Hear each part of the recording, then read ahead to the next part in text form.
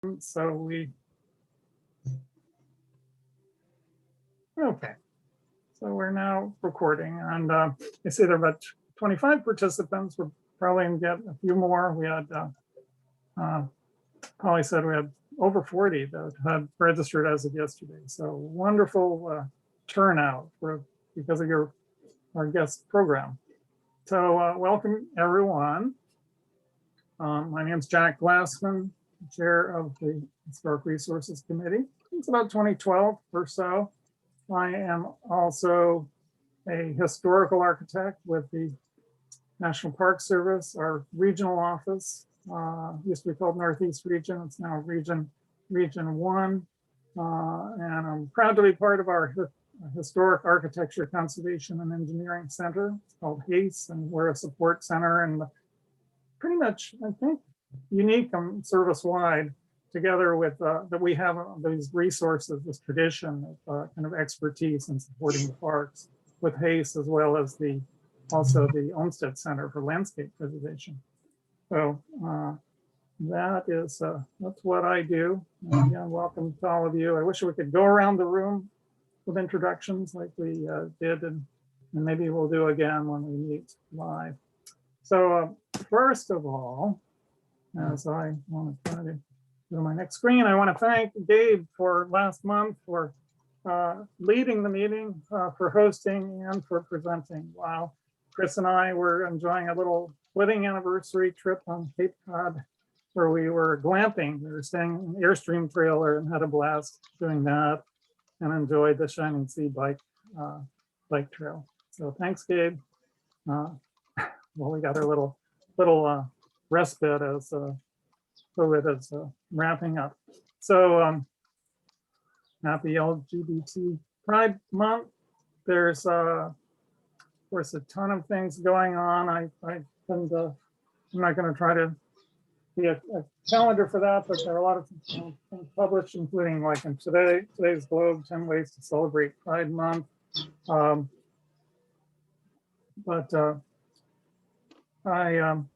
actually, I thought I had another slide, but there are, the Globe did a story, I think I'll have a graphic for that coming up in New York, which is sort of where it all, as many people know, kind of where it all started. The Pride celebration from the October Stonewall uprising in 1969.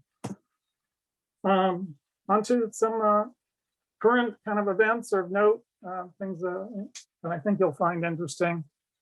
First up was Alex Cox, who reported he shared that he successfully completed his multi-year quest to visit every street in the city of Boston by foot or on bike. And he was sharing, and actually came across, we did a great tour of Sumner Hill, actually, that was co-sponsored by the Jamaica Plain Historical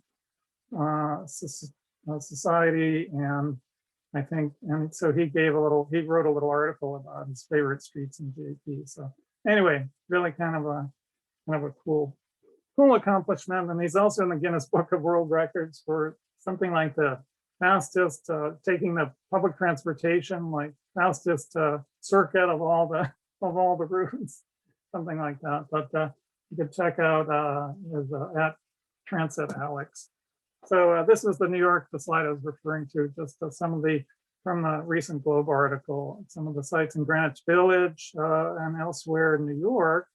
The Lorraine Hansberry, who activist, playwright who wrote the Raisin in the Sun, award-winning, and puts the Stonewall Inn.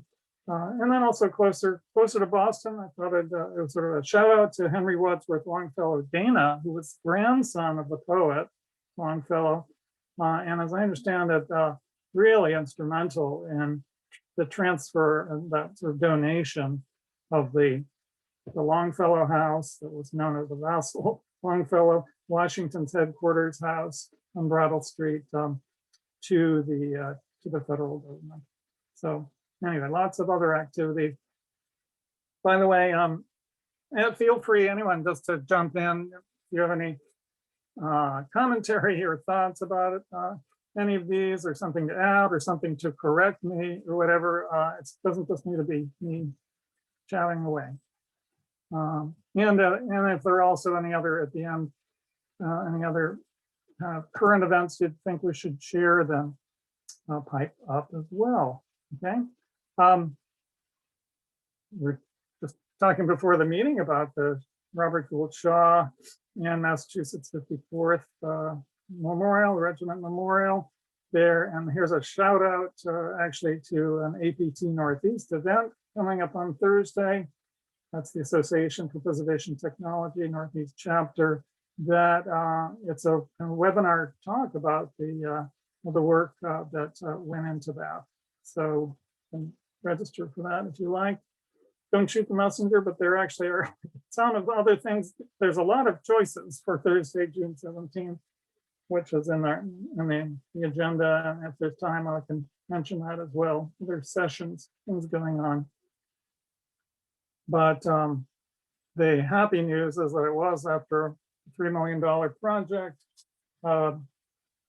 was completed and unveiled in time for Memorial Day. It was the National Park Service, Friends of the Public Garden, other partners, I think, involved restoring this, the 1897 Justice St. Gaudens sculpture, the stonework, the granite.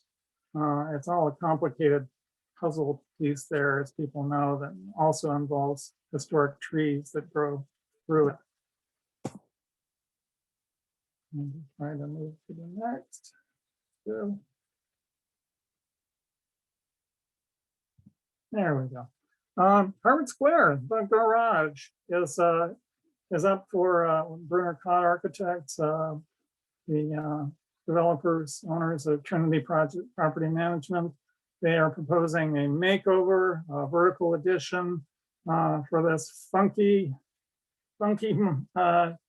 mall. There's an article that referred to it as a funky multi-story shopping center. And in fact, it is a shopping center, but I never sort of thought about it that way with the semantics, I guess, of what you think of as a shopping center. But the plan is to redevelop it into a modern retail and office complex.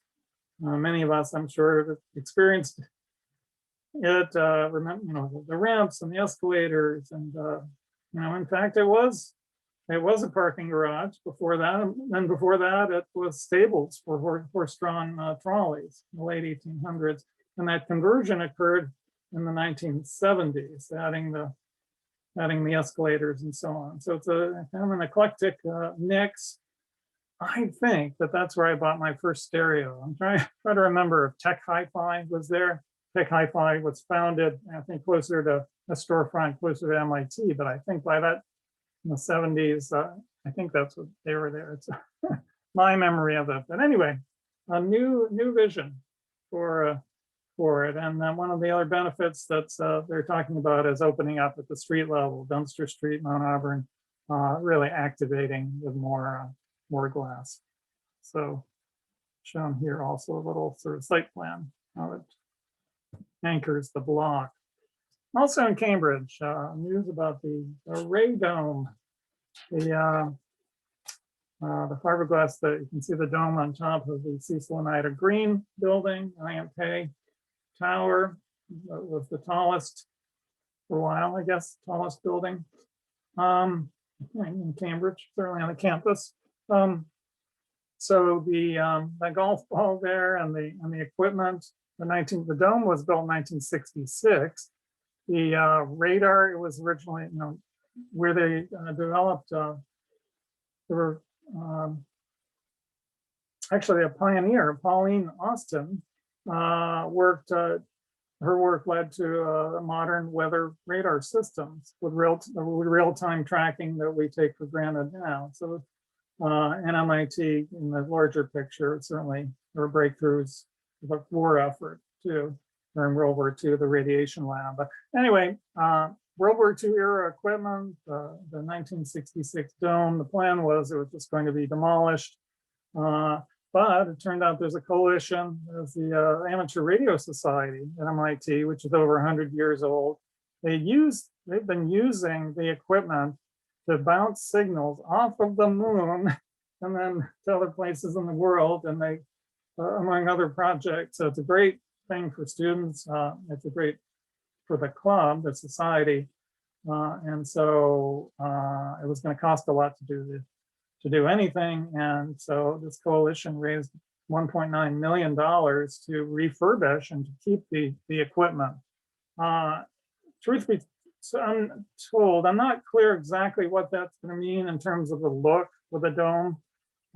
So it's an interesting preservation project and success story, but it may look different. But the historic equipment that's actually been repurposed and used for these experiments and for communications.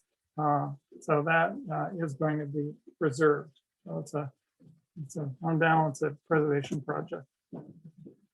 Here we have in West Newton, not the only place, I guess, where armories are, they're trying to figure out what to do with armories, including actually next to MIT in Cambridge, the challenges, the small windows and all. And so there is a plan to convert this West Newton one to affordable housing, and they've sought public comment, assembling a draft request for proposals, RFP. It's on Washington Street, 30,000 square feet. And their goal is, I noted in the press release there, quote, to make it a highly livable and comfortable environment. And you almost think that was a little self-consciously, put that out there up front, because maybe when you first look at a layperson, might look at the building and say, how can that possibly? There aren't enough windows, and at least from this view, this head house. But anyway, more power to them to look at ways to reuse that. A little further afield, up in Vermont, Proctor, Vermont, the Vermont Marble Company, this 1915 view, they have a reuse and revitalization plan. The headquarters, 2 stories, 87,000 plus square feet, a little over 3 acre site. So they have an RFP together to field ideas from backers, architects, designers. I understand that the property, it's already been stabilized. The Preservation Trust of Vermont has been involved. The company, by the way, was founded in 1880, and I just took the liberty of putting in a little inside of the Vermont building in the North End, which is that was the Boston office, and they became the largest United States corporation, US corporation in the world for a while. So, and supplied marble, of course, to many famous buildings, famous and less than famous buildings around the country and around the world. And then they, as they sort of modernize, going into the modern era, developed a veneer called Vermarco. I guess Vermarco was a veneer of the famous fine grained white marble. So I will always, speaking of APT Northeast, I will always remember a tour many years ago that Lisa Howe and a couple of others arranged. That was of the Danby Marble Quarry, and that was just extraordinary. If you ever have a chance to tour, I recommend it. Up in Kennebunkport, Maine, a story about it. There are 4 mansions that were all actually from the same family. Captain Daniel Walker property. Each property belonged to the daughters and sons-in-law of the captain. And there's a Lark Hotels group. They developed boutique inns, and they are remade. I don't know if they're done yet or still in the process, but as they've been expanding into New England, expanding their brand, and remade these 4 properties. So quotes from the story: playful, updated, with fresh interiors, modern technology, and intimate staff. Now, I don't want to get into that one, but interesting choice of words. But anyway, good, great. These properties are seeing continued life. Speaking of marble and granite and cast iron, from Washington, people probably heard back in February, President Biden revoked the executive order that had been signed by President Trump back in December, which was the so-called Promoting Beautiful Federal Civic Architecture. Someone characterized as out with the new, in with the old. So that order was revoked. And then the new news on that is that the administration purged the Council on Improving Federal Civic Architecture, 4 members, and installed new members. The politics, some people in Washington would be familiar with that, I guess. There's saying this might put the current administration at odds with the U.S. Commission of Fine Arts. The chair was terminated, but anyway, that whole kind of push that could be seen as an attack on modern architecture, certainly on the brutalism, that style, is not on the front burner anymore. And speaking of marble, part 2, the story entitled "Send in the Bugs." So in Florence, the Medici chapel with sarcophagi, the sculptures by Michelangelo had been over the years stained, discolored from dirt and so on, and also the plasters that were used for various castings over the years. And the worst offender actually was it was Alessandro Medici, who was known as the bad one, who was assassinated, and apparently his remains were seeped into the marble. During the COVID-19 closure, the restorers and scientists saw this was a great opportunity to maybe address the marble, and they quietly unleashed microbes with good taste and an enormous appetite. It was a top secret project at the time, and so they're using these bacterium that was technical term Serratia Picaria SH7, which feeds on the glue, the oil, and the phosphates from the remains, I guess. Just happened to be an all-woman team of scientists, restorers, and historians who worked on this project, and they did these test samples. You can see in the lower left of about 1,000 different strains, which are getting used for years to break down petroleum and oil spills. And they were going to try it and saw some of them did not work. They started to eat the Carrara marble itself, but they did find one. This is non-toxic, without spores jumping around. And success story for restoration. I found that there are a couple of ironies, I guess, of all. Someone was quoted as saying the Medicis were more accustomed to sitting atop Florence's food chain, but now the opposite. And then the irony number 2 is that here in the time of COVID, it's the bacteria are saving the day. So if it works, why not? That is what I have. Does anyone else have any other kind of current events or things of note to share? Jack, if I may, I have 2 quick ones. Great, and I'll put some. I agree, Greg Gale from the Boston Preservation Alliance. One is for those who didn't see it. The National Trust put out their list of 11 most endangered historic resources across the country. The archaeological and historical resources of the Boston Harbor Islands are one of the items particularly related to climate change threat. So I'll put a link in the chat about that. And also the Boston Preservation Alliance put out our list of award winners that will be awarded in the fall, and I'll put that in the chat as well. Thanks, Jack. Oh, not at all. Thank you.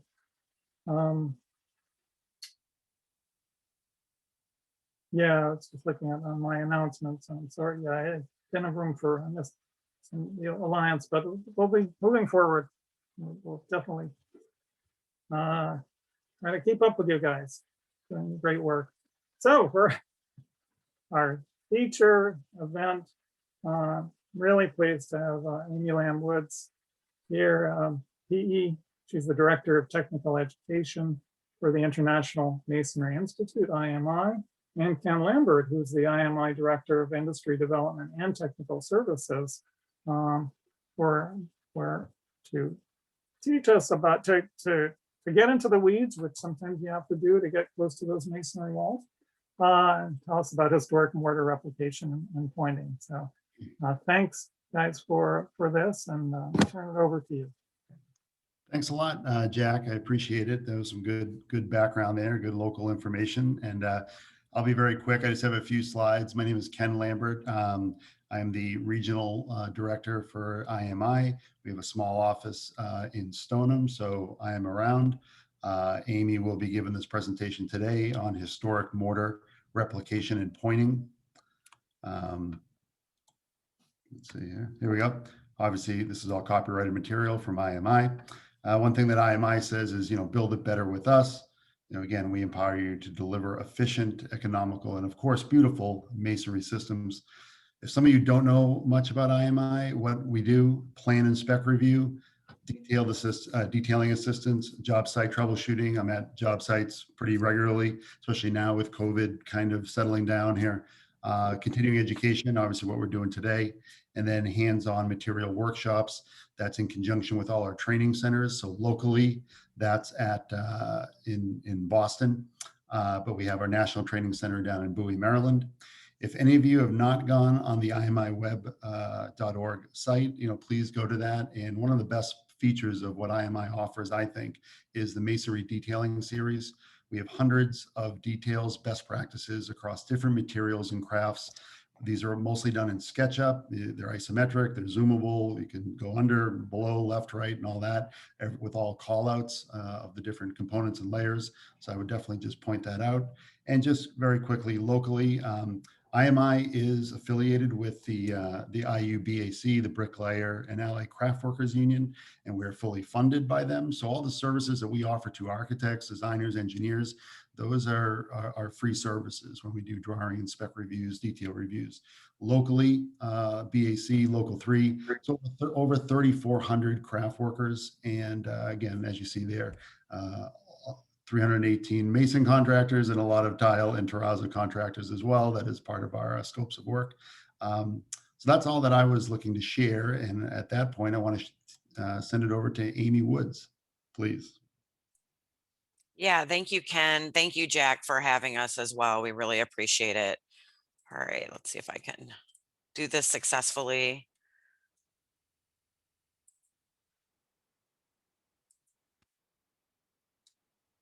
All right, can you give me the yay or nay? Make sure you guys can all see the screen. Yes. Perfect. Screen. Great. Hey. Go ahead. Oh, sorry. Again, my name is Amy Woods. I'm with the IMI, and I'm just going to jump into it. I know that I tend to have, for those of you who've ever seen a presentation, I jam pack a lot of stuff in. And so I tried to hide a few more slides this morning to try to get you guys out in under an hour. So bear with me. And of course, if you have any questions afterwards, just feel free to reach out. As Ken mentioned, the work in here is copyrighted. I think that I saw something pop up in the chat that you guys have to register to get the AIA credits. I'll slide through those. So I like to spend a lot of time going over background because I feel like it sets the stage. So bear with a lot of the kind of more technical information, and hopefully it will bring all of this together. We get a lot, I troubleshoot a ton of questions on mortar analysis, what mortar should be used, information. So hopefully this presentation will kind of answer some of those questions. I'm going to get into cementitious materials, so pay close attention. We're going to talk about non-hydraulic lime binders as well as hydraulic binders. Don't get worried about these wording. We'll touch on aggregates and their importance, mortar mixes, mortar analysis, mortar replication, and then best practices for extraction and pointing. And then I'll try to do this quickly and get into a quick summary. Okay, so hopefully most of you on this call already know this type of stuff. The mortar components are typically a lime, some sort of a cementitious material. It could be a natural cement, a Portland cement. We'll touch on pozzolans if you're not familiar. Of course, the sand, water, and then in some cases there are admixtures. I only highlighted pigments. There can be other things as well. Can only get through so much in in a short presentation. Obviously, the mortar purpose is to kind of hold units together as well as keeping them apart, and they allow for a plumb kind of straight wall to be built because the masonry units may not always be perfectly uniform in size and plumb and straight themselves. I do several presentations where I focus a lot on wall systems and how they manage water. This is kind of a summary image of all that information, but I just want to say here that whether you're working with a mass masonry wall, whether it's a transitional masonry wall, which would mean where we've integrated steel, but largely we have masonry material infill without a water management plan, or curtain wall, barrier walls, or even cavity walls, the same overarching principle applies to mortar. It is the vehicle with which these walls tend to breathe, and more so with, I would say, with mass masonry and transitional masonry walls because there's no other water management system. You will get sick and tired of hearing me say this, but the reason I tend to say this is because I think it's critical. There are lots of different masonry units out there, whether it's brick, terracotta, stone, various types of stone. They all have different inherent properties. Their strength, typically compression, their porosity or density is different, and their water absorption characteristics are different. It is imperative to understand the strength, porosity, and absorption of the masonry unit materials when we talk about mortar. Those same characteristics are important for mortar to understand, but they are in concert together. So what we see is deterioration occurs, and I haven't gotten into this today, but obviously finding the root of the water infiltration. I can't tell you how many times, oh, we have water infiltration. Oh, the building needs to be pointed. Pointing is absolutely 100% the very last thing you do once you've diagnosed the issue, once you've resolved the root cause of water infiltration, i.e. horizontal facing surfaces. That seems to be the problem number one with water infiltration. And then the second thing that leads to deterioration is improperly formulated mortar mixes. And you can already probably start to identify, remember those characteristics? Well, this one's too hard and too dense. So then you are sacrificing the masonry unit itself. Another example, this is kind of the hottest topic, right? Too hard and too dense. So hopefully what you'll learn today, and then of course, missing mortar can allow water in. Hopefully from what you'll learn today that we're selecting appropriate mortars for the project and for that particular masonry unit based on its properties. Just to touch up very briefly, aesthetically, mortar takes up roughly 20% of the wall surface.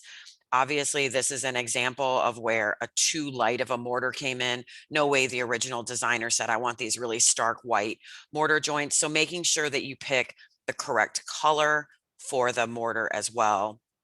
Lots of different profiles out there. I'll buzz through a couple of these. Hopefully you're mostly familiar. Flush, even in and around ornamental things where we have flush joints, ribbon joints, bead joints. Those are just a touch of couple examples. I didn't want to spend too much time on that. So this is kind of my favorite interlude. Cementitious materials. I promise you I will not go through this list. I put it up there so that you can see cement, and this is not even comprehensive. There are a lot of different cementitious materials in the world.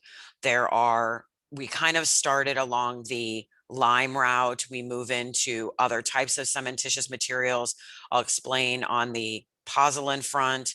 We'll talk about natural cements, Portland cements in particular. So they have changed vastly through the years. And the key is, again, back to those properties of strength, density or porosity, and water absorption. But I want to explain very clearly the difference between a non-hydraulic cementitious material and a hydraulic cementitious material, because this plays a large role in mortars. So we will start with non-hydraulic. So all of the, I shouldn't say all, scratch the all, but to say the large majority of cementitious materials comes from calcium carbonate, which for those of you who are into a little bit of geology is more or less limestone. No limestone is exactly the same. It is manufactured in the ground. It is manufactured by Mother Earth. And in essence, these are different. And even within these categories, they can have differences. So the difference, the primary difference between a non-hydraulic and a hydraulic is non-hydraulic has a more pure calcium carbonate content with very few, you can either use the word impurities, or the other word I like to use is secondary minerals. We'll talk in a minute about magnesium and dolomitic. These have higher amounts of those secondary, excuse me, minerals. So right now, non-hydraulic, we are specifically going to talk about oolitic limestone with a very high calcium carbonate content. I'm not familiar with this group and how much you guys dive into historic preservation and materials, but for those of you not familiar, the lime cycle is exactly what it sounds like, a circle or a cycle that goes from one composite material all the way back to that original material. So we start with calcium carbonate. We then burn the limestone. And so we are driving off carbon dioxide and water primarily. So this is kind of what an older kiln layout is. You put the material in layers as you're burning it. This is kind of what one of those might look like. But what you're creating is what's called quicklime or calcium oxide. So again, you've driven off the carbon dioxide and water. So this is the same size as the limestone in essence you put in. The volume hasn't changed, but if you pick up a piece of limestone in the exact size of quicklime, what you get is a very lightweight material. So this is very light. The next thing we do is called slaking. So slaking is where we add water back into the mix. We haven't talked about this much, but one of the things that we do at the International Masonry Institute is we teach a class to masons called the Historic Masonry Preservation Certificate. This is just a quick shot from one of the classes in the Chicago area, and we are in essence slaking lime with the students. So this isn't exactly how you would make mortar, but for illustrative purposes, we take the quicklime, we put it in a wheelbarrow, we have a mesh on top of that, and we're pouring a little bit of water on it. There's an exothermic reaction that happens when water hits the quicklime. The quicklime is fairly reactive. Once we add the water back in, we create lime putty or calcium hydroxide. So if you kind of follow along with the chemistry, we've added the water back in. The next step in this cycle is we're going to mix it primarily with sand. Vitruvius kind of came up with in his 10 books of architecture a 3-to-1 ratio. That's more or less what we kind of start with. 3 parts sand to this 1 part quicklime with water material. And then we are pointing it in the wall. The reason we do this with the students isn't because they don't know how to point. It's because we want them to get the feel for some of these historic materials that they don't work with on a regular basis. The last step is you have to let that mortar sit. That calcium hydroxide with the water then has to, in essence, react with carbon dioxide from the atmosphere and carbonate to harden. And this is a key step to non-hydraulic lime. So that carbonation process is how it hardens. And those of you who've worked with non-hydraulic limes before understand that this can take some time. I want to jump over to modern, what we call modern hydrated lime, that lime in a bag that you often use for more modern mortars. And in essence, this goes through a similar manufacturing process where they burn the limestone, they come up with quicklime, and then they pulverize it and they put it in these big machines where they add just enough water so that exothermic reaction, in essence, more or less neutralizes. That's not exactly accurate, but just for illustrative purposes.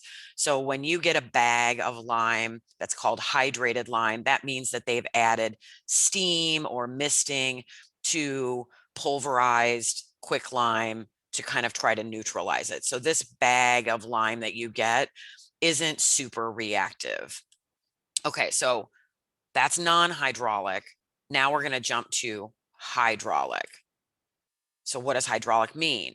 It means that you don't have to wait on that carbonation process and that there is a chemical reaction. So that means that it can actually harden underwater. One of the, in that laundry list of history of cementitious materials, the Eddystone Lighthouse is an example of using a binder that's lime-based, but it has hydraulic qualities. So let's move away from our oolitic limestone into some of the other types of limestone. Magnesium has, 5 to 35 rough % of secondary minerals, and dolomitic has 35 to 50, more or less.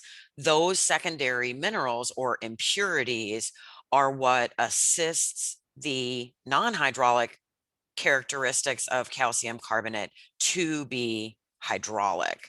So we this image more or less overlays the non-hydraulic, which is the inner circle, with the hydraulic. And the big differences are some of those silicates that are in there. There's some other fluxing agents, metal type fluxing agents. And in essence, you're not having to sit around and wait for carbonation to happen, although carbonation still does occur with hydraulic mortars.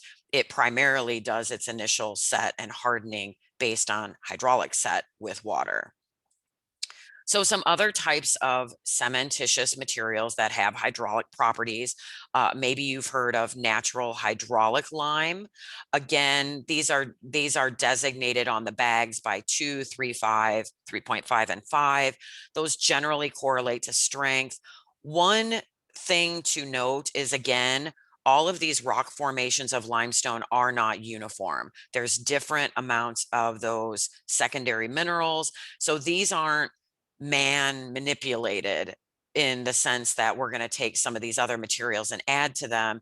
They rely on those rock formations. So with natural hydraulic lime, as well as natural cements, which is also a limestone that is heated and pulverized similar to natural hydraulic limes, they can be inconsistent. So just because like a natural hydraulic lime says 2 or 3.5 or 5, what we found in a lot of the research coming out is that they do vary in strength. So where strength for your project is important, which we'll get into later on, it is important to understand how important that strength is to you. And you may need to do some side testing along the way. That kind of holds true for natural cements as well.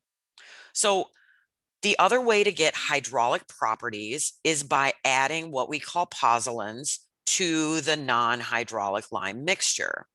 So that can be things like volcanic material. The one that I'm personally feel is the most famous is Mount Vesuvius in Italy.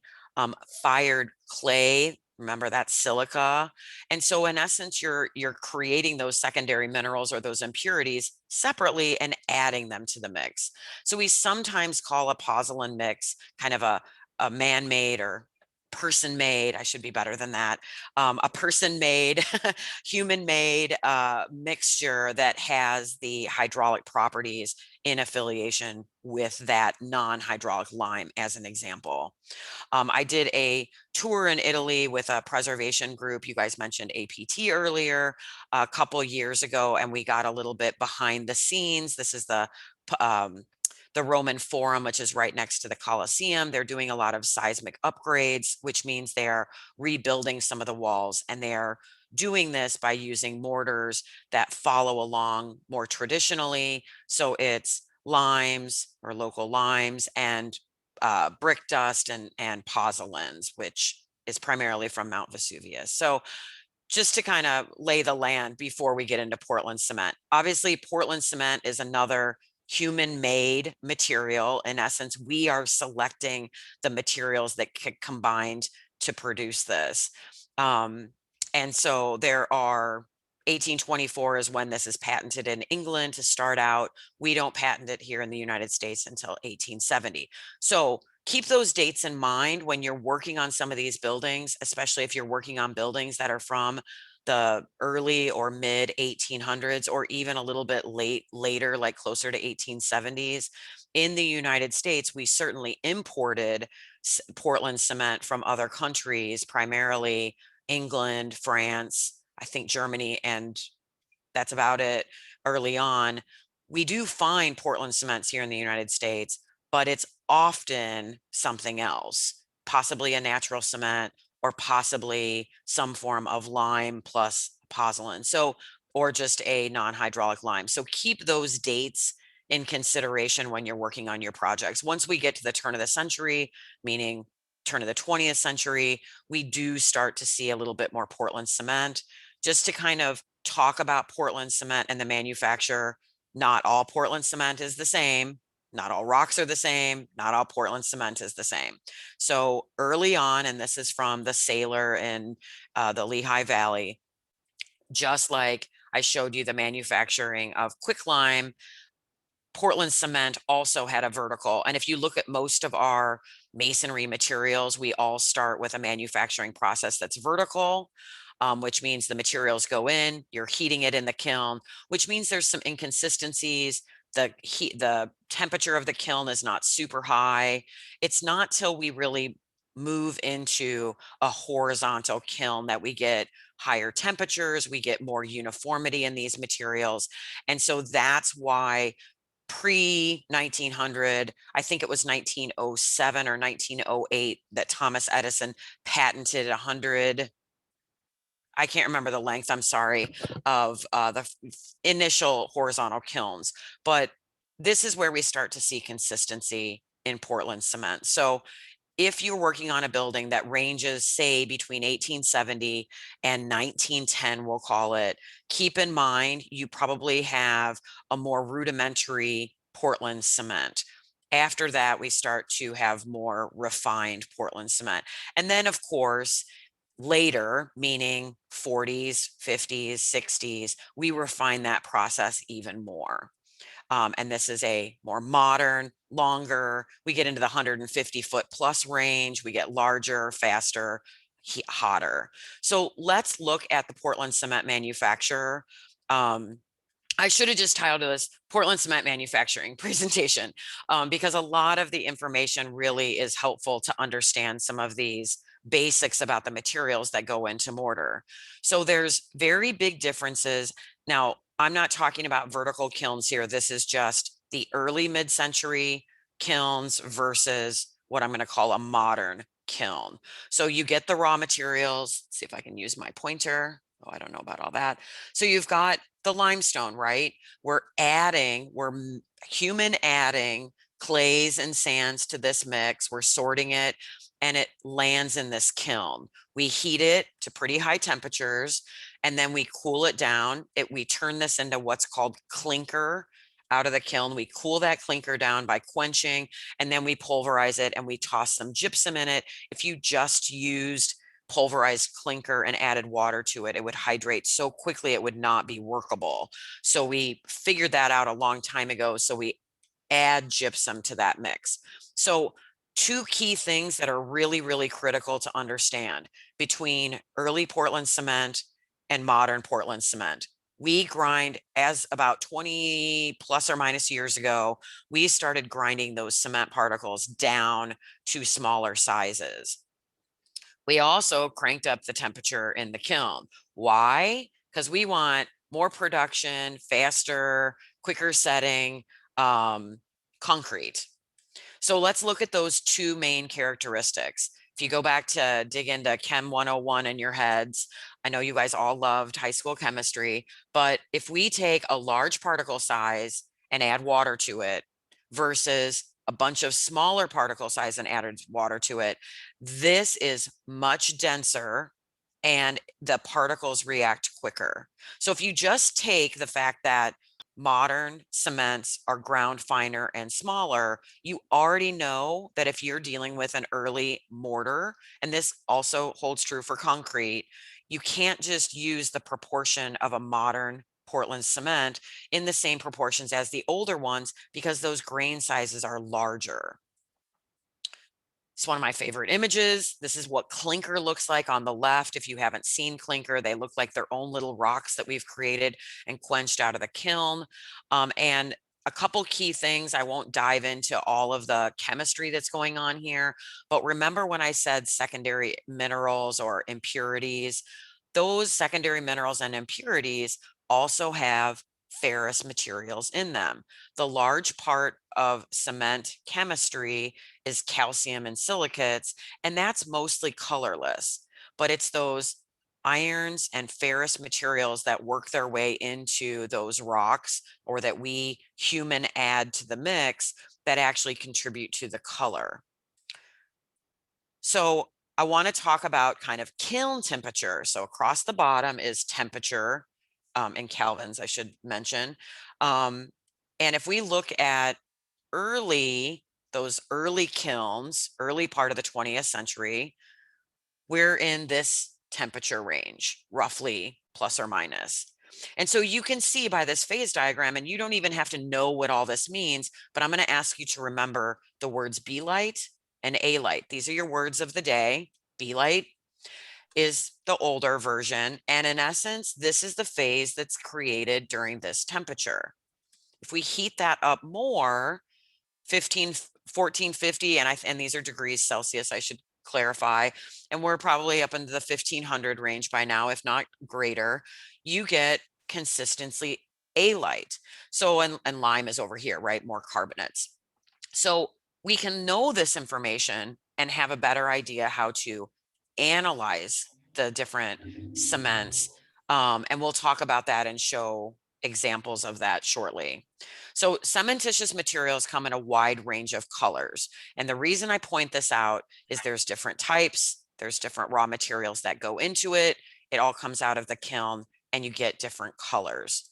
You also get different properties. A lot of those properties stem from, is it hydraulic or is it non-hydraulic? And we haven't really talked about feebly and moderately, but these different limes fall into more or less these categories, cement obviously being hydraulic as well. So just kind of keep that in the back of your mind that depending upon the raw materials in your mixture correlates to kind of those hydraulic natures. And we'll show in a minute how hydraulic properties relate to strength. So let's first drop over to aggregates. Aggregates obviously fill the majority of mortar. They provide the strength, they reduce shrinkage, they impart color, and they provide texture. And depending upon where you live regionally, there's different aggregates nationwide. And if you get into the world market, the geology and rocks used for sand in mortars can also vary. In general, remember I mentioned a 3-to-1 ratio earlier. In general, there's roughly 75% of the aggregate to 25% binder in a mortar mix. We often look at the void ratio with mortars. When you go send out a sample for testing, you want to better understand how much is solid, how much is air, how much is the mortar in and around my aggregates. So the sand really is largely a contributor to the performance of these mortars. And this image off to the right is a shrinkage crack. We want to make sure our mortar mixes are such that we're not promoting shrinkage, which cementitious binders have shrinkage capacity. So a lot of our historic mortars also didn't follow an ASTM regimen to make sure that, you know, we follow uniform size of aggregates. You're often going to get various types of sand gradation. These are just a couple examples of that. So when you're working on a mortar project, you often have to work with a sand library. You need to work with a geologist or a petrographer and understand the shapes of the aggregates you have if you're trying to match it pretty closely. Obviously, you want to know the types of aggregate. Is it silicious? Is it calcareous? What is its shape? And there are sieve analysis to give you this information. A project recently we've been working on with the Scottish Lime Institute did this really great graph where they took some of the proportions of the sand and actually laid them out in a graph. I was like, this is kind of my favorite thing, right? Super clear, super obvious. So when you do mortar analysis, you're trying to determine what gradation and types of sands are in that mix. So if we go back to mixing and looking at how do we develop a mix design, we're back to what are the mortar components that we had in this mix. I promised you that we would correlate hydraulic properties to strength. Now, this is not based on proper data, I should tell you. I kind of swung from the hip. These are general strengths affiliated with each of these things, but it's really important to understand this. Non-hydraulic lime is very, very weak, very, very weak. Natural hydraulic limes, according to their bag, have different strengths, right? And this is the PSI equivalent. Natural cements are a little bit stronger, but quite a bit stronger than our non-hydraulic limes. Early Portland cements, so think vertical kilns. These are more than natural cements, maybe by twice as much relatively. Now we're talking mid-century Portland. I've put arbitrary dates, 1910 to 1980. These are kind of 35. And now when we really pulverize our Portland cement, it's much finer, it's hotter temperatures. Now we're up into almost the 10,000 PSI category. So if we look at this graphically, you can see that these are all various strengths. One of the key components to matching mortars is, as I keep pointing out, matching or mimicking the strength, porosity, and water absorption. If you look at this and you already know, or you do testing to find out that you have a non-hydraulic lime in your mortar mix, and you then say, oh, I think we can use type N mortar, you're using modern Portland cement and possibly creating a mortar that's much too strong for that particular wall assembly, especially if your masonry units are fairly soft, have high water absorption, and high porosity. So it's really important to understand the binder of your original mortar so that you can gauge how to move forward and what is a reasonable type of materials to use for your mortar mix. So we kind of gave some examples of all these different types of things. I want to try to show you a couple of examples. When I do this presentation in longer form, I actually do a better job of putting a whole bunch more of these films in here, but I just wanted to put a couple in here or sneak a couple in. I'm making a hot mix mortar using non-hydraulic quicklime. I have my safety glasses on, gloves, long sleeves. I will be putting on a mask, and I also have my lime eye wash to hand. We're using hamstone dust, which gives a nice colour to the mortar. Well-graded sharp sand to add aggregate and body. And this is kibbled quicklime. We're mixing in a vulcanized rubber trug because quicklime will burn through any normal plastic. And I have some clean tap water. I'm going to start by mixing together my stone dust and my sharp sand. And combine the two.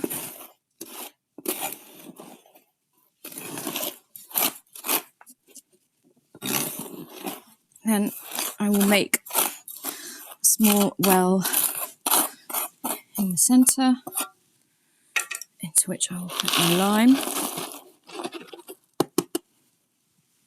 I'll add 1 gauge of water straight into the lime immediately, which will start the exothermic reaction, then have a second gauge on hand with which I'll feed the mix while I'm combining.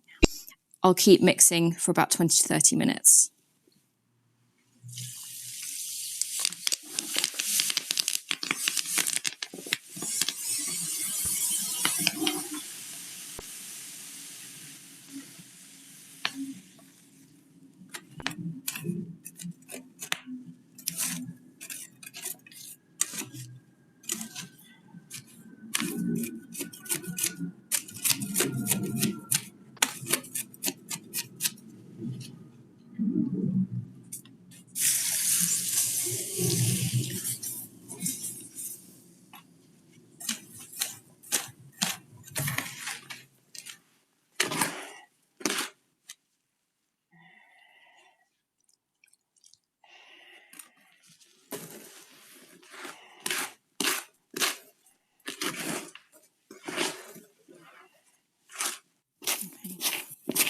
I've been mixing for about 20 minutes. I took my mask off about halfway through because the exothermic reaction had slowed. And as you can see, although it's still hot to touch, the texture has improved.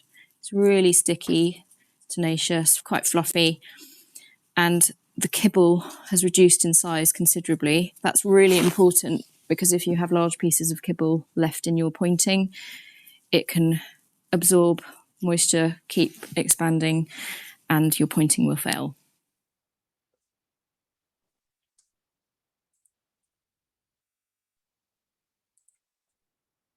Okay, so I wanted those of you who hadn't seen some quicklime to be able to kind of see how that's mixed in. Obviously, we have things like natural hydraulic lime that I've also mentioned. They can come in bag mixes. They can come pre-colored. Lime putty, it already comes pre in a bucket. And as long as you keep oxygen away from it, it can stay like this. I don't know. I don't want to say indefinitely, but because the packaging can't, but more times than not, most of us in the restoration world are dealing with, you know, kind of more of a modern mortar. They are designated. There is type K being the softest, type O up from that, N, S, and M. M and S are almost never appropriate for historic. We're typically in the O and N category. And if you kind of look at these by research and laboratory test strength data, you're in essence in this more or less category, which if you remember back to the graphs we just kind of showed, these are still higher than a non-hydraulic lime. So I want to touch on mortar analysis, because this is where I think a lot of confusion lies in the restoration community. We don't always kind of talk with laboratory folks and fully understand all what goes in. But one thing I want to point out is just start with looking, feeling, grab a little water droplet and bring it into the field with you. These are some masons. Well, actually, this one on the right is the general contractor, a mason, and the architect. And here's another mason. And they've all gone through, or at least the two masons have gone through our historic masonry preservation certificate program. And so I bring my little loops out and onto the job site, and they get very excited because they know what we're looking at and what we're talking about. But in essence, just taking a feel and a look, and you can get information from that. You can understand, are there little lime inclusions in here? How well is it mixed? Yes, you can send samples off to a laboratory and get more documented information, but just take a look. Mortar sampling. I'm begrudgingly going to point this out, but hopefully you're aware. When you take samples of mortar, make sure you are taking it from an area of the building that has little damage, little weathering, and also don't just take the pointing part of the mortar. Get in there and get some of that bed mortar. Do not take damaged mortar. Your results will be inconclusive and not helpful. I've been on projects where the architect took samples from an area that was weathered and the results are not helpful. So just be mindful when you're taking the sampling. I know it's more of a pain and it's not as convenient, but when we talk about mortar analysis, there's all sorts of ASTM standards out there. And I know I'm going through this quite quickly. Again, feel free to reach out and I can explain or answer questions. But in large part, when you send a mortar sample off, you're asking for a modified version of C1324. In general, although there's a lot of analysis that goes with that, you're in essence asking for a petrographic analysis or potentially chemical analysis. The other things that are often critical and important is understanding the water absorption, both of the material and the mortar. And in some cases, you may have water infiltration issues that is been determined is through the mortar joints. Having a good idea of this is always very important. Petrographic analysis, right? We start off typically with a stereo microscope, which is a glorified magnifying glass. We can start to see little particles. Even that loop that I showed you in the field can give you an idea of uniformity, what the materials are their lime inclusions. This is my favorite microscope, an optical transmitted light microscope. This is where you have a thin section. So you send this off and have what's called a thin section made. It is a very specific thickness of the materials. Geologists, petrographers are very well versed in using this. And you don't just see the components from the exterior surface, you can start to see what type of cement or cementitious material it is. So you can start to see, hey, is this Portland cement? Remember when I told you to remember your words of the day? Under the microscope, you can see bee light clusters, right? They kind of look like little brains. They've got little brown around them. But the reason this is valuable information is I now know that I have an early Portland cement. So I can guess on some of the strength that this material is going to have. Modern cements. Now I can see A-like grains. They look a little angular. They have a little halo around them. No kiln is ever uniform all the way through. So I still get little clusters of B-light. Maybe in more modern, even more modern Portland cements, I have less B-light because they crank up the temperature so high. But you can start to make some assumptions on strength based on the information we know about these material properties based on thin section analysis. When I do a mortar exam, I sometimes just want a thin section analysis because I just want to know, I want confirmation of what the cementitious binder is. A couple other thin sections, whether it's a lime, whether it's a natural cement, whether it's an NHL, there are ways that petrographer knows to be able to identify these using a thin section. I don't want to bash chemical analysis. I know a lot of people do it. I'm a Midwesterner. We have a ton of limestone here. Acid digestion, in essence, digests the mortar, and in theory, it's only digesting the cementitious binder and leaving all the aggregates. So you can put the aggregates in the top of the filter, and you can, in essence, look at that sand left behind and do sieve analysis from it. What's the problem? If we have limestone in our mortar mix, which we often do, especially in the Midwest, I can't speak for New England, maybe it's different out there, but you also digest the aggregate, which means you make an assumption based on petrographic of how many aggregates are limestone. So to me, the chemical analysis to give me a proportion of that mix is less important than knowing the materials that are in there. Again, I'm biased. That's my opinion. That is not necessarily everybody's opinion. But when you ask for a mortar analysis, you are typically getting petrography and chemical information. Just understand what you're getting and understand how to use it because it sometimes gets misunderstood. Okay, mortar replication. Hopefully this is stuff you already know. You want to understand the properties of the masonry. Do you have a soft brick or a soft stone, or do you have a more modern or mid-century harder brick, a harder stone, a more dense material, maybe cast stone? Terracotta is fairly dense. It is very important to understand the masonry materials. Sorry, clicked ahead. The other thing is that you want to match the color of the inside of the mortar. Somebody's always going to come along later and clean it better or clean it differently. Match the original materials and the components the best that you can. That's kind of the key to matching. You want to more or less match the proportions, but again, with cementitious materials, you may have to cheat the system to be able to come up with something that gives you strength, porosity, and water absorption characteristics that are appropriate for your building. So don't get hung up on the proportions of the original because our modern materials are different and they may require you to adjust them so that you don't create too strong and too dense of a mortar mix. So know the cementitious binder. If you take nothing else away, understand what you have. Do you have a non-hydraulic binder? Do you have a hydraulic binder that was used with pozzolans or a natural cement or a Portland cement or an NHL? Understand what you have. Understand the function of your masonry wall system.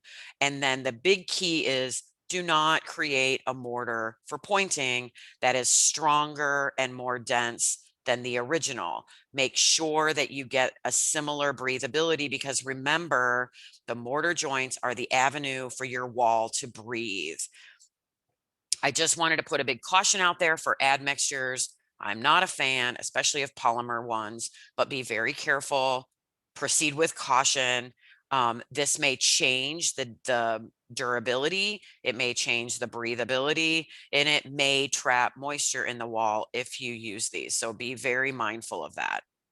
There are several different mortar standards for mortar, as well as for almost every single material that you can put into mortar. So making sure that you're following those ASTM standards. And then there are standards for quality with mortar as well. And I just listed these out quickly. I know I'm kind of buzzing through this.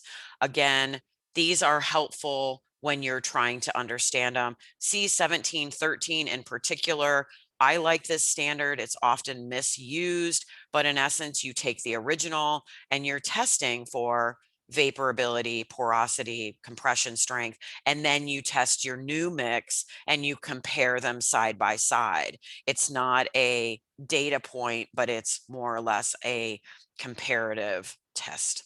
So, and as hopefully all of you know, samples, even by adjusting those mock-up samples with different amounts of mortar, you can start to aesthetically say, hey, does this new mortar mix match my original? Can I get that texture? Can I adjust the proportions to make it so it's not too dense and too strong? I won't spend time on pigments, but obviously pigments have their own limitations from a standard. It can, or some pigments can inhibit the cementitious properties. So just be mindful if you're tossing pigments in. And aesthetics are adjusted by not just those original materials, the sand, the cementitious color, but the proportions, the water, and how it's cured. I mentioned C1713 before, so I won't keep going into that, but in essence, it's an evaluation type of a standard. There's other standards out there. Again, you're trying to make sure that the new mortar that you're creating is not going to inhibit that breathability. And of course, the overarching rule that I keep mentioning is that make sure it's compatible and those properties are as similar as possible. Obviously, you want to also mimic the profile. And with mortar mock-ups, I do want to mention, and this same holds true for concrete repair mock-ups, cementitious materials react, go through a chemical process, and that water in essence is discharged or used up and consumed in the mortar. You can't look at a mortar mock-up a couple days later and say, yep, that matches perfectly, let's go, because it's going to continue to lighten for possibly a month or two or more, depending upon the climate.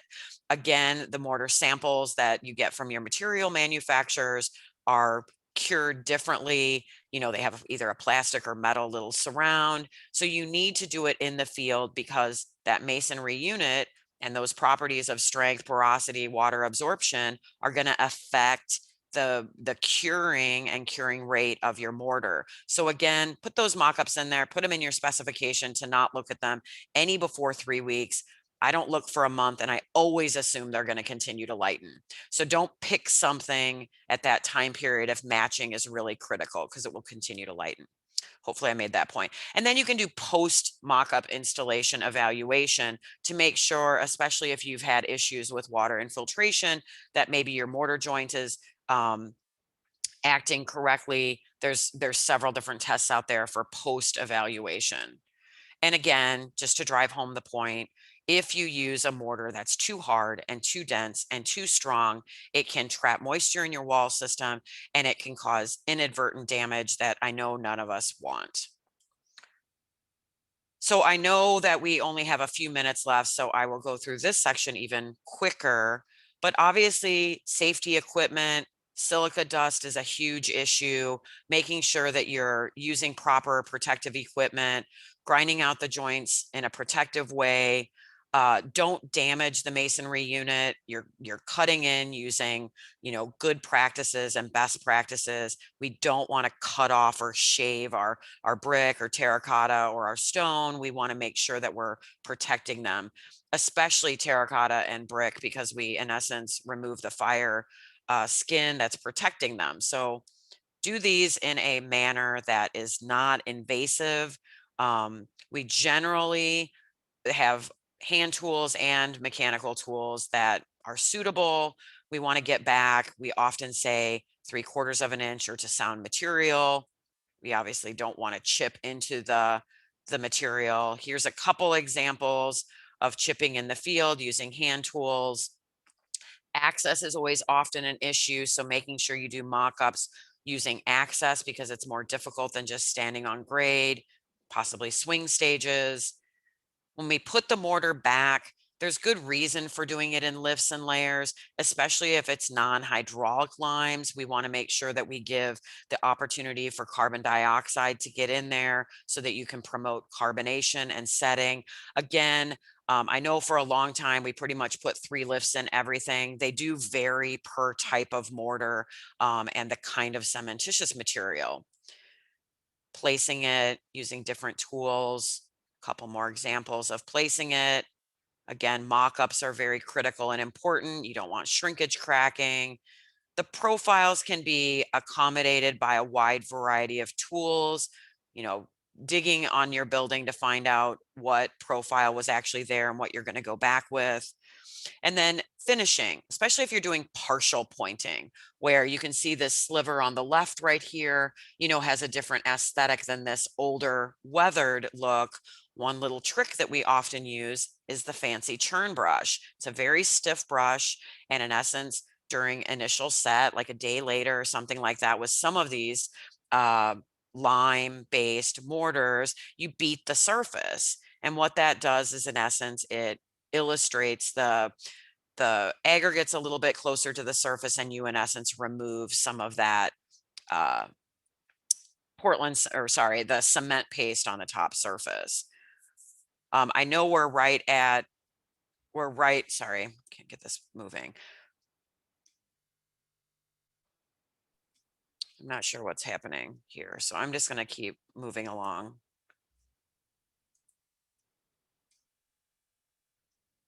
So this is another video. I'm going to give you a link at the end because it's not coming up on my end, to go watch more videos on lime because it's helpful to kind of see those. But especially when you're installing a lime-based mortar, there are procedures for making sure that the surface is wet prior to the application, and then once it's installed, making sure that it's protected and cured appropriately for that particular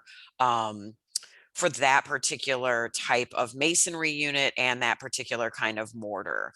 So again, if we go back to mock-up review, making sure that how you remove the mortar is appropriate, the joints are clean, it's chipped back enough. How the mortar is mixed, they vary, whether it's a hot lime mix or whether it's a traditional or a more modern mix. They do vary. The pointing procedures and the finish, protection and curing, cleanup. And then you also want to address the final hardened mortar for both color and to make sure you don't have shrinkage cracking. So all of those things are really critical to mortar. Again, I mentioned the Historic Masonry Preservation Certificate Program and making sure that you have qualified masons on your project, or they've gone through this class with me and they've slaked their own lime. And Ken can send more information. So I know we are pretty much out of time. I typically go through a quick case study to illustrate the importance of making sure you have the right mix.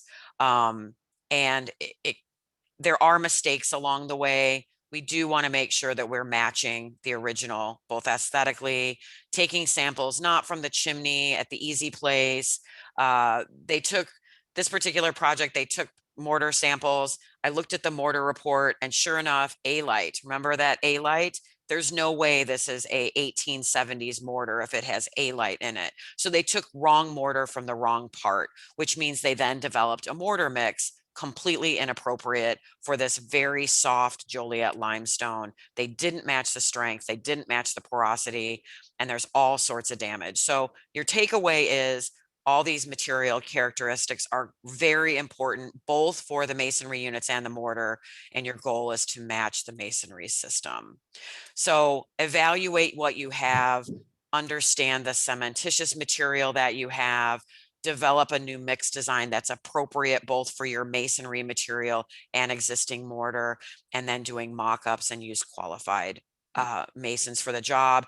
Lastly, a big shout out. Clifton Conservation and University of Oxford gave permission for the video that I used here. There are 5 videos on their website. They also have a mortar strength kind of calculator. It's based in the UK, but check them out for that as well. And I'm a couple minutes over, but thank you. And I'm more than happy to stay on as long as you need to answer any questions, or feel free to reach out, email, or call as well. Thank you, everybody.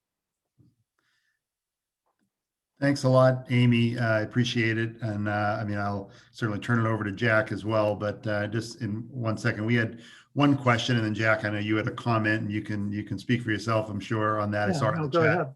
in the chat area. But Kay had asked a question specifically for us. Why is repointing often the wrong color for the project? Amy. So I would say just generically, either the wrong components were used, or they put it in the wall and picked something when it was still darker and still curing, and didn't give it that length of time before evaluating the new pointing mortar to the original. Right. That's the fast answer. Hopefully that did the trick. Yep. Jack, did you want to talk about, minimum strengths and maximums and whatnot? Oh, as well as best I could. Yeah, I was talking about the ASTM, our go-to referrals for the type M, for example, what the compressive strength in PSI is. And I find myself sometimes as the middle person in trying to provide advice on projects, most recently for some work that are transportation, like bridges, doing work at the Colonial Parkway, for example. And so you're dealing with people who are used to writing specs more for bridges and for road work, and then they're inserting a few little specialty sections because they've got to deal with some repointing of the head walls. But so this people say, well, it's 700, so it's only 750 psi, so we should be good. But the way the standard is written, it's a guaranteed minimum that seems like it was designed for new construction and for going as strong as possible. And as you've just so well been explaining, we're looking for the mortars to be weaker and less dense. Yeah, absolutely. That standard is for minimum strength. Absolutely. That standard is not for historic masonry. I mean, we modify it. And often if you talk to a petrographer that's really well-versed in historic masonry, they will specifically say, we're going to use a modified version of this testing, because they know that the goal of the standard is for minimum strength, not maximum strength, I suppose. But yeah. So, and again, I should also mention, how do you determine strength? How do you create the sample? How do you do the testing? There are some issues with testing that come up to those strengths.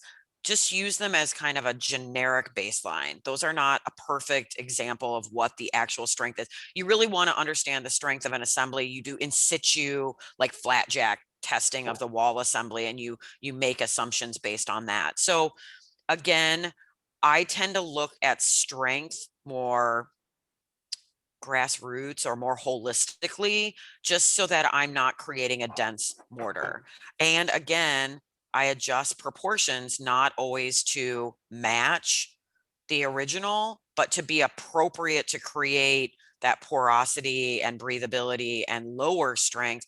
And again, I didn't spend a ton of time talking about shrinkage, but water content and cementitious content lead to shrinkage. Those aggregates are key, and making sure that you get all of that kind of correct. So honestly, I could probably talk 8 hours about mortar to really dive into it, but hopefully that I got across kind of the high points and the gist of it. But it's really complicated. And I think that's why we get so many phone calls on mortar. How do I read this mortar analysis? What should my new proportions be? I mean, there's a lot that goes into those decisions, and it's not just chuck a sample off to the petrographer, take the data, and you're good to go.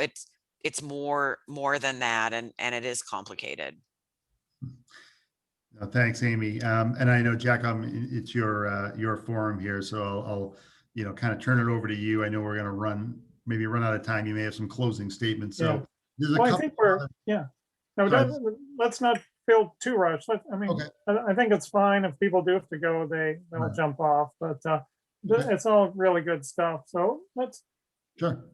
Yeah, I'm Let's head happy it to off. stay. I just was trying to be mindful of people's time and kind of rush a little bit, but I'm happy to answer any questions if you have them. We have a couple things here. Then I'll throw it out here again. I'm happy to stay a bit too. So Eric mentioned a good comment here that he, on occasion in Cambridge, he witnessed repointing work on some mid 19th century buildings with 1/8 inch joints that they were cutting the joint and the brick. No dust protection either. I should have called the cops. Well, Sorry. I hope that mason in Cambridge was not out of Local 3, out of the Union Hall, but that would be the hope. But we don't know who that was. But so one quick comment about fine joints or small joints. I think you mentioned 1/8. I'm going to go with 1/8 thickness. So I didn't really get into this, but lime putty is actually the cementitious material of choice when you have a really fine joint. You often get those fine joints with stone as well, and that lime putty, as well as fine aggregates and a lot more fines, allows you to get into some of those tight joints. And so we didn't really talk too much about what are appropriate if you have limited testing budget and you're making some assumptions. I can brainstorm with people through that kind of process, but in essence, you've got to pick a mortar that's appropriate for the joint size as well. And lime putty is like, we don't use hot lime for those small things. And anyway, lime putty is a very easy mortar to be able to install in very, very fine joints, just as a add on to that comment. Good point, Amy. We have one other question here from Marco, asking that he's working on a house that was built in the 1770s in New Jersey. The walls are fieldstone masonry composed of brownstone. We need to conduct some localized repairs as well as repoint all of the walls. I'm concerned about efflorescence. What mortar type would you recommend for this? Okay, so efflorescence is a different issue. Efflorescence is because there's water getting in, either groundwater or rain down water. So stop the water, you stop the efflorescence. So that's trick number one. You may have some bloom early on, but again, if your question is about efflorescence and picking a mortar that prevents efflorescence, that's a moot point, because that they do not go hand in hand. The type of mortar, 1770s, again, I would probably look into and have a petrographer, because it might be natural cement.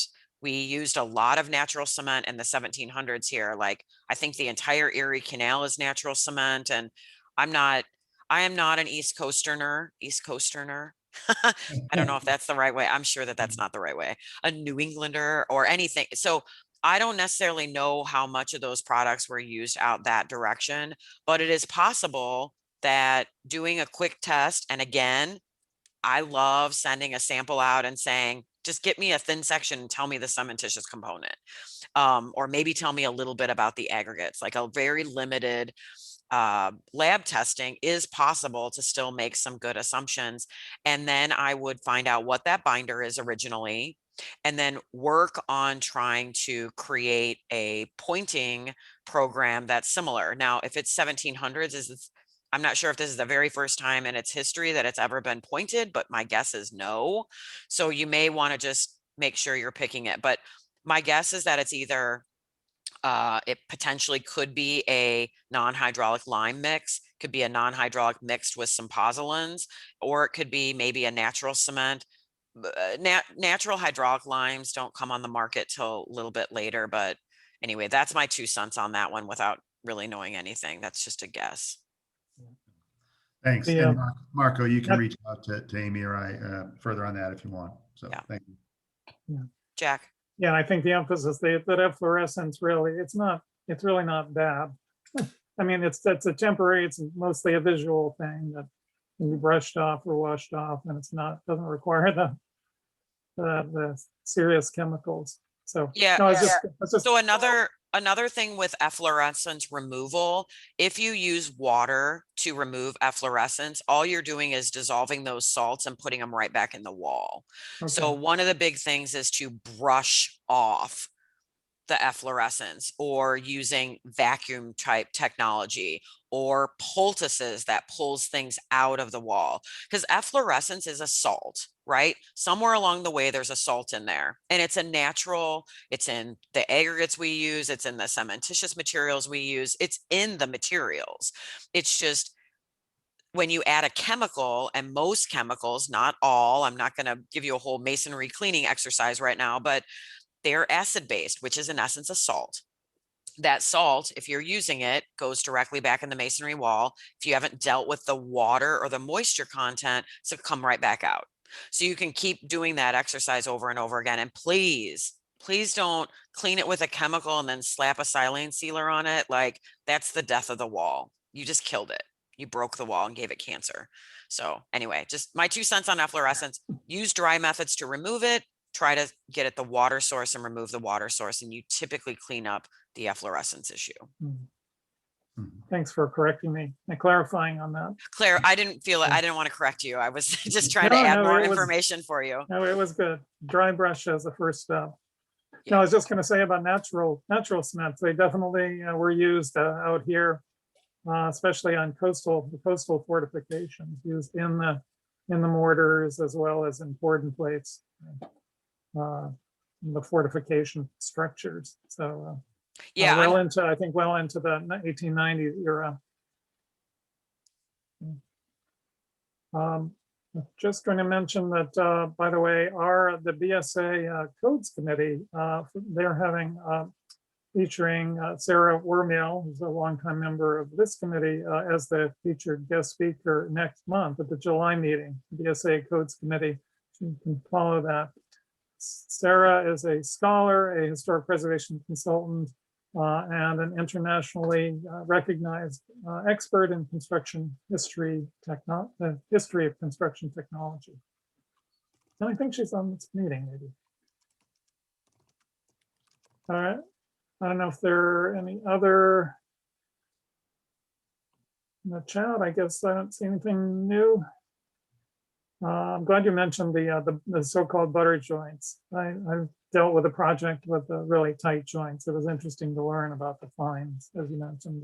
It's not the typical where we go, oh yeah, the 1/16 proportion, you're done. So a little more complicated. So thank you again.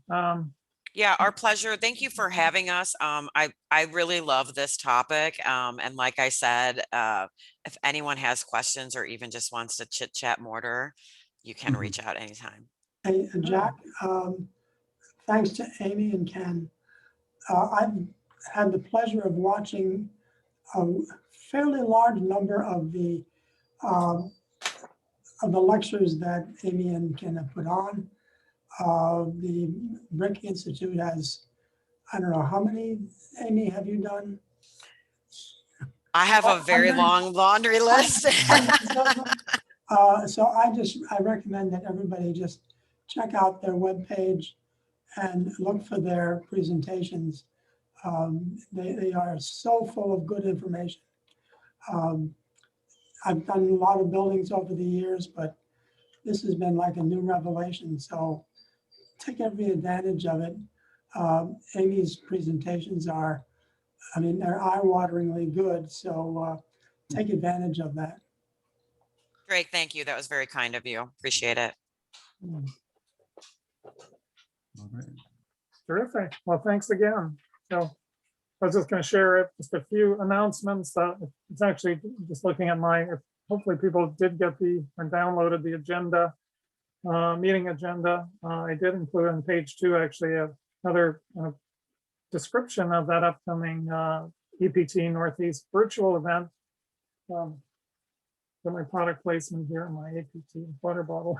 But for the Robert Gould Shaw, that event with event leaders from Silman and other firms that were involved in that comprehensive restoration. So check that out on the 17th. So Revolutionary Spaces, that's it's now called in Boston, the old State House and the old South Meeting House are reopening beginning on the next week on the 16th. So that's good news as things are gradually beginning to open. I mentioned the other things going on June 17th. The Park Service is actually hosting a webinar discussion really about how does the Park Service respond to challenges to the commemorative landscape it safeguards, especially the sites that celebrate heroic historical figures, Washington, whatever, who also perpetuated racial oppression, it can be argued. So that is going to be explored in what is actually part 4 of the series called The Lives of Monuments, Memory Revolution in Our National Parks. So that's actually also Thursday evening at 6, that series, and one can register. I listed an email address if there are any questions. July, the second, the Dismantle Preservation Unconference, as it's called. That's returning in July. They'll push cultural resource conversations in a range of directions.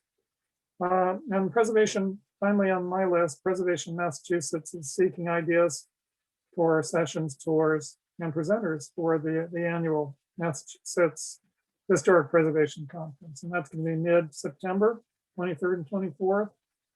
Proposals are due online July 1st. Are there any other announcements? Thoughts, questions, comments, complaints?